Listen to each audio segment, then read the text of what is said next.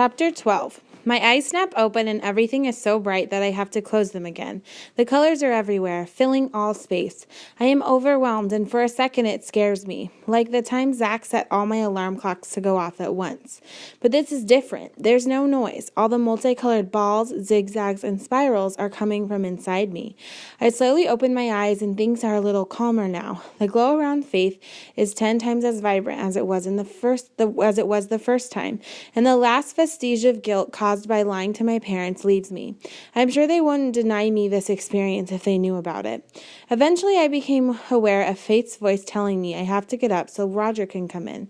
When did she take the needles out? I quickly get to my feet, then hold onto the table while a wave of dizziness passes. I walk out into the waiting room in a daze. Everything seems so alive. The brown carpet looks like deep, plush forest floor. The fruit in the bowl on the desk is practically pulsating with life.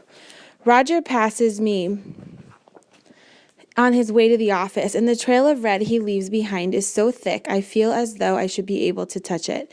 I drop the envelope with my $40 in it on the desk, a full 2 months allowance, but oh, so worth it. I try to read while Roger has his turn, but there's no way I can concentrate on anything as two-dimensional as a magazine. Mrs. Carson keeps glancing at me, and I wonder if I'm acting strangely. I cross my legs and try to stop tapping my feet. It seems like forever until he comes out and we can go outdoors. Everything's brimming with life. The bushes, the birds, me and Roger, Roger's mom, and everyone else. Things that people have touched, such as parking meters and door handles, all have colored smears on them. Hey, watch out, Roger says loudly, grabbing me by my sweater.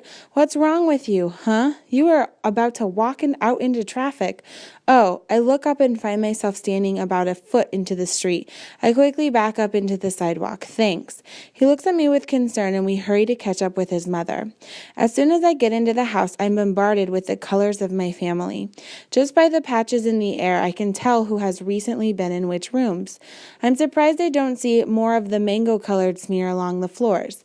That changes when I get upstairs. I can clearly see the trail Mango left behind him when he went back and forth between the litter box and the foot of my bed. It looks as if he didn't travel too far today. I spring onto the bed next to him and think about how crazy all this would sound if I told anyone. They would never believe me. I try hard to act normal at dinner, and for once I'm glad Dad's busy outside. He's the most perceptive person in the family. Apparently there's going to be a big drop in temperature in a few days, and he needs to empty the fluids in the helicopter so they don't freeze. I expect everyone to help for Thanksgiving, my mom says, slipping into her frantic tone. We've only got 2 days left, and I haven't even picked up the turkey. Beth puts her fork down. Are you aware that each year 45 million turkeys are killed for Thanksgiving? Not to mention the 22 million at Christmas. Silence. Then my mom says, I suppose we could have chicken instead. She glances down at the lightly fried chicken that everyone, except Beth, is eating for dinner. Do you have any idea how many chickens are killed in America each year? Beth's eyes are blazing and little balls shoot off her head. Mom sighs, I bet you're going to tell us. 8 billion, Beth cries. Billion? Zach asks, putting down the drumstick he's gnawing on. I think it's time to start a new Thanksgiving tradition, Beth declares, pounding her fist on the table. Tuna loaf. Who's with me? I'm with you, Zach says, rising from his seat. Save the turkeys, I add, and stand beside him. My green cloud entwines with his silver one, and I feel the recent tension between us lift a little. My mother sighs. Your father isn't going to like it. It's possible he won't notice, Zach offers. I leave them to work out the details. I attempt to do my homework and don't even get through my first class. My slave ship painting is due tomorrow, and I complete it as best as I can. It's really hard to focus with the green and orange smudges from Mango and me all over the room. I wipe off my brushes and stand back to contemplate the finished product. Well, it certainly isn't my best work, but it will have to do. The next morning, I can't believe it when my alarm goes off and I can still see the green glow around my arm. Mango is still glowing at the bottom of the bed. He's slightly less bright than he was last night, but only slightly. For a second, I wonder if I should be worried about the effects of the acupuncture haven't worn off. Then I decide to just enjoy it, and since in a matter of hours, they surely won't be magic anymore. Just walking through the hills at school is a totally overwhelming experience. The hall is filled with layers of color. It's beautiful to watch, but I tend to keep bumping into people. Balls and tendrils are floating everywhere, and of course I'm late for homeroom. After homeroom, we have a Thanksgiving assembly, then the rest of our classes should be shortened. The halls are full again as everyone pours into the auditorium. I hang back from the crowd and only look up when someone calls my name. "We were looking for you," Laura says. Roger is with her. "You were?" I can't muster up any enthusiasm.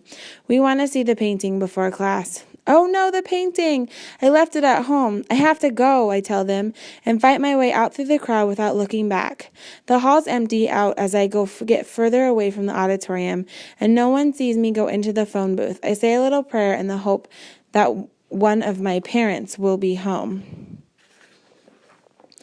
"Hello?" I've never been so happy to hear my father's voice. I tell him he needs to bring me the slave ship painting from my room. It's all wrapped up and ready to go. "Can't it wait till tomorrow?" he asks. "Dad, tomorrow's Thanksgiving." "Oh, right. Hey, shouldn't the turkey be defrosting? I'm in the kitchen and I don't see a turkey." "I'm sure Mom has it under control." No way I'm going to be the one to break the news to him. "Dad, you have to hurry and get here before the end of the assembly." All right, I'll leave now," he mutters something as he hangs up, but all I can make out is the word turkey. I pace the hallway outside the phone booth, unsure what to do with myself. There's no way I can stay in the assembly with all those people, but if I stand out here, someone's going to make me show a hall pass soon. A door swings open from across from me, and two giggling girls come out from the bathroom. I wait until they turn the corner and then duck inside. I keep busy by reading the bathroom walls. Jamie loves Jeff. I hate algebra. For a good time, call Hank. In comparison to the new colors I see around people, my colored letters now seem very dim. After I finish with the walls, I sit on the window ledge and watch the outside world go by. When I'm bored of that, I examine myself in the mirror, and the harsh light lets me see every pore on my face.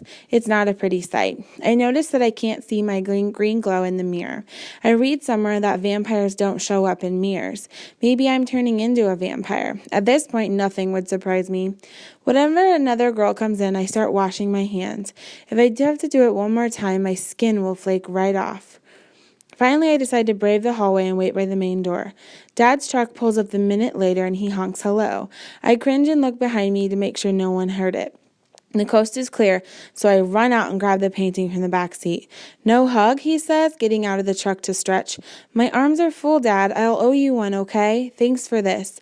I turn back and run into the school just as the hall fills with students again. Although only 50 minutes have passed, everyone's glow is much dimmer, and it's considerably easy to walk straight. I say a prayer of thanks to the god of synesthesia for both the experience and for making the experience fade away. I also throw one into the god of Thanksgiving assemblies. As soon as the first group is done talking about the McCarthy hearings, it's our turn. We meet at the front of the room, and I lean the painting up on the chalkboard. At least I won't have to speak. Laura, Josh, and Jonah take turns reciting the story of Ebos and their plight. Mrs. Morris seems captivated, and the class actually pays attention. When we're done, Mrs. Morris asks us to talk about the painting. The other three turn to look at me expectantly. I haven't stood up and spoken in front of a class since that fateful day in 3rd grade. I freeze and look pleadingly at Roger. He silently gestures for me to go ahead. I pause for a second and see that all three of them are sending out faded tendrils and balls in my direction. They're trying to give me support. I take a shallow breath and look at the painting instead of at the class while I talk. Well, I painted the slave ship lost at sea to show that the souls of some of the Ebo are still not at rest. I glance at Roger, who motions with his hand for me to say more. And I use watercolor paint because it can wash away easily, just like the memory of the Ebo revolt, unless we keep studying it. I step away from the painting to show I'm done speaking. The class claps for us, and Mrs. Moore says she wants to hang the painting in my classroom. She pulls on the rubber glove she keeps in her top drawer and lifts the painting by the corners. "It's not wet anymore," I tell her, moving out of the way. "Yes, well, just in case," she replies. I realize she's protecting her hands from germs, not wet paint. It's hard not to be a little insulted. "Where did you run off to this morning?" Roger hisses at me as we make our way to our seats. His tendrils are active and not in my direction. I'd have thought he would have complimented me on my explanation of the picture, but no. "I already know all the Pilgrims and the Indians," I hiss in return. Very funny, he says. You left it at home, didn't you? By the time I recover myself enough to reply, he's in his seat and looking away. It's weird that Thanksgiving always comes on a Thursday. Yesterday I was in school, and today it's a big family holiday thing. It's kind of jarring. In my opinion, we should all get the whole week off, like for Christmas. By the time we sit down for Thanksgiving dinner, the glows around everyone have faded even more. Now they're just a soft glimmer. For some reason, Mango's color is the brightest. Dad didn't speak to Mom all morning because of the turkey tofu switcheroo. He finally caved in around 3 this afternoon when Beth convinced him that Thanksgiving is about giving thanks for the freedom of all living things, and that includes the turkeys. Today is the second Thanksgiving since Grandpa died, and it just isn't the same without him. It was his favorite holiday. He used to take some of the corn stalks that Jenna's father gave us and make tie-dye patterns on the corn with food coloring. After a while, the corn would start to stink, but it made the table look very festive. It's too quiet without him here. Mango is curled up in a ball under my chair, and I silently thank him for bringing some piece of Grandpa back to the table, even if I'm the only one who knows it. The vet told us to keep Mango inside during the cold weather, so he hasn't been allowed out in a while. He finally stopped pacing by the back door and now just stares longingly out the window. I reach down and give him a morsel of tofu loaf. He wrinkles his nose at it. After dinner, Mom takes a well-deserved break in the living room while the rest of us clean up. We were planning on going to the cemetery, but it's freezing outside and Mom won't let us go. The cold front has definitely arrived. We make a lot of noise in the kitchen, maybe to make up for the quiet dinner, raising his voice above the banging pots.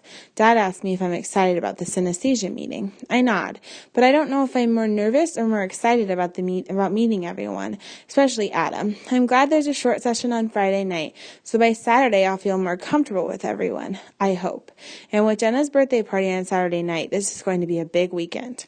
So what time does the freak show start? Zach asks as he plops his dirty plate into the soapy water-filled sink. Zach, my father says, flicking his dishcloth at him, apologize to your sister. I'm sorry, Mia, Zach says, lowering his eyes demurely. No, you're not, I reply. I'm a little sorry. You're just upset because Beth has to babysit you for you while we're gone. I don't need a babysitter, Zach exclaims in a horrified tone. I think what Mia's doing is groovy, Beth interrupts. The three of us turn to stare at her, and Dad lets a towel fall to the ground. Groovy? Zach repeats. What is it? She asked innocently. I'm not allowed to say something nice to Mia in the spirit of Thanksgiving. Why don't we all try to make the spirit of Thanksgiving last year round? My father suggests, retrieving his towel and shaking it out. Wouldn't that be nice? Sure, Dad, Zach says. No problem. For the rest of the night, we try to be nice to each other. This requires that the three of us stay at opposite ends of the house. Zach is on the computer. Beth is showing Mom some new yoga moves, and I'm throwing every item of clothing I have onto the floor in search of the perfect outfit for tomorrow night. I finally wind up sneaking into Beth's room and taking her blue and white striped dress from the back of her closet. She outgrew it 2 years ago, but has always refused to let me have it. Throwing off my clothes, I slip the dress over my head and look at myself in her full-length mirror. The sleeves are a little long, but other than that, it fits fine. A little twirl makes the skirt flare up. The dress makes me feel something I usually don't. Girly. Laughter from downstairs reminds me I only have a small window of time to act if I want permission to wear the dress. I quickly change back into my clothes and bring the dress downstairs with me. Beth is still in the living room in a pose she calls a downward-facing dog. I ask sweetly if I can borrow the dress, and she has no choice but to say yes, since Mom is in the room and it's Thanksgiving and all. I can feel her glaring at my back as I go up the stairs, but I don't care. I'm feeling girly, and I'm going to meet a boy tomorrow night.